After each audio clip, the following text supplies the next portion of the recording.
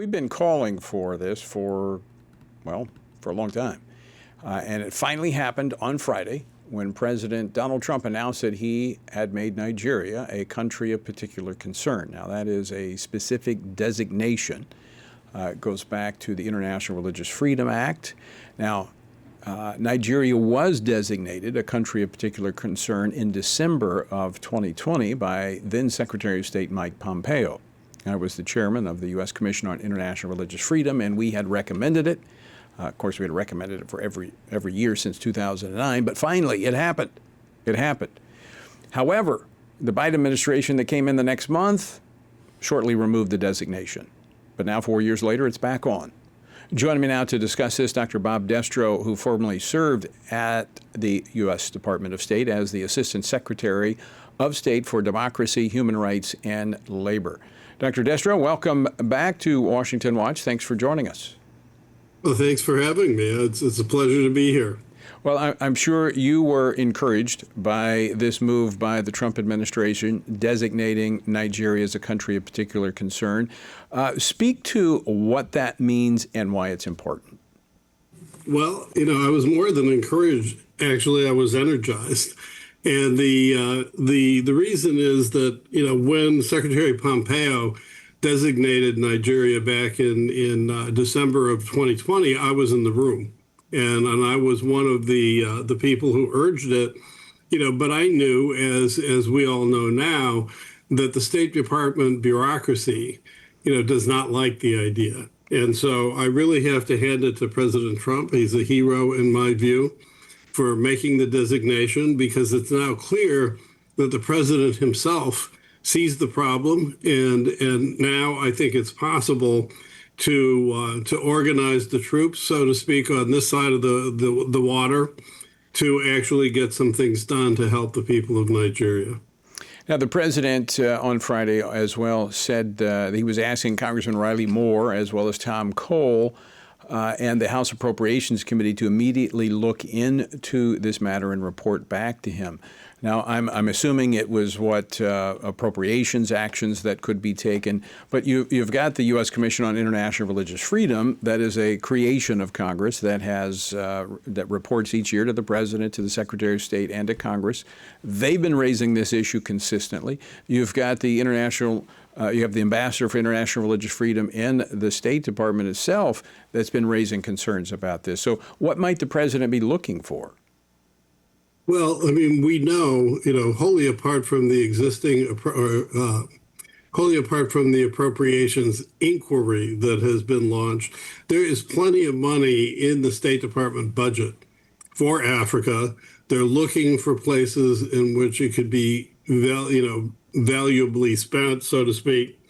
And so it's now time for the executive branch to look at the question, what do we do about this? It's one thing to highlight the problem, which is what the designation does, but it's quite another thing from a diplomatic perspective to actually say, okay, here are the outcomes that we're looking for. And so I have lots of suggestions about the ways in which we can spend that money. Well, I think that's important because a lot of times these designations are there, but nothing is done about them. There's waivers that are issued, and so business as usual goes about. And I guess I'm not surprised that the Nigerian government would say, "Oh, we didn't know anything about this." They've known about this. This has been they've responded to congressional hearings that I've testified and others have testified at. They know this is going on. They're turning a blind eye. They're complicit. And this is a significant move by the Trump administration. Now, they said, this is part of what the president wrote. He said, if the Nigerian government continues to allow the killing of Christians, the U.S. will immediately stop all aid and assistance to Nigeria and may very well go into that now disgraced country guns a-blazing to completely wipe out the Islamic terrorists who are committing these horrible atrocities. Now, what does that mean? Well, I love it. He really, one thing the president's good at is getting people's attention. And he certainly has. I've been getting calls all day from Nigerian colleagues who say, well, he certainly got everybody's attention, but would somebody please explain what the CPC designation means? And I said, I'll be happy to try and do that. But the most important thing I think that we could do right away is to have Secretary Rubio or Secretary Hegseth, call some of our friends in the Gulf who are paying for the weaponry that's being used to slaughter Christians and telling them to cut it out. Those motorcycles and AK-47s cost money. Somebody's paying for it. That's one. Well, Second, yeah, go ahead. Go ahead. No, you go right ahead. No, second, what most people in the United States don't realize is that Nigeria doesn't have any armed local police. It's based on the British model. So it would be like if you got mugged in downtown Davenport, Iowa, you'd have to call the FBI in Washington and you'll get the answering machine. Nigeria does, in fact, employ the army, but it's exactly the inverse of the conversation we're having here about immigration in Chicago and other places where we don't want the army enforcing the law. We want the police to enforce the law. Well, that's a good rule, and we should be doing that, and encouraging the Nigerians to do that. And if that includes saying, well, we'll give you either more aid or less aid, but we want people to have local police protection. And this is something the United States could help with. I mean, I was actually, years ago when I came out of the Marine Corps, I was working with the State Department as a contractor training foreign police officers in the ATAP program, which is exactly what they would be doing in this case, training local police officers how to protect these at-risk populations. There's a new president in Nigeria from President Trump's first term.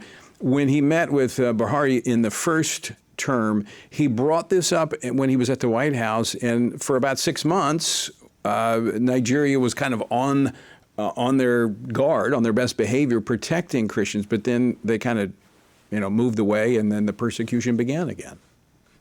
Well, we have to understand that there's a lot of money involved here.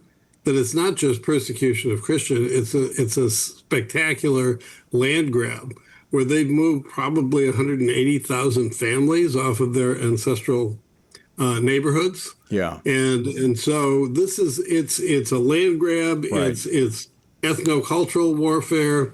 It's Islamic terrorism. It's all of the above. Bob, we're out of time. We're going to have to get back together and talk more about this because I think it's quite significant because it's a model that can be used elsewhere. Bob Destro, thanks for joining us.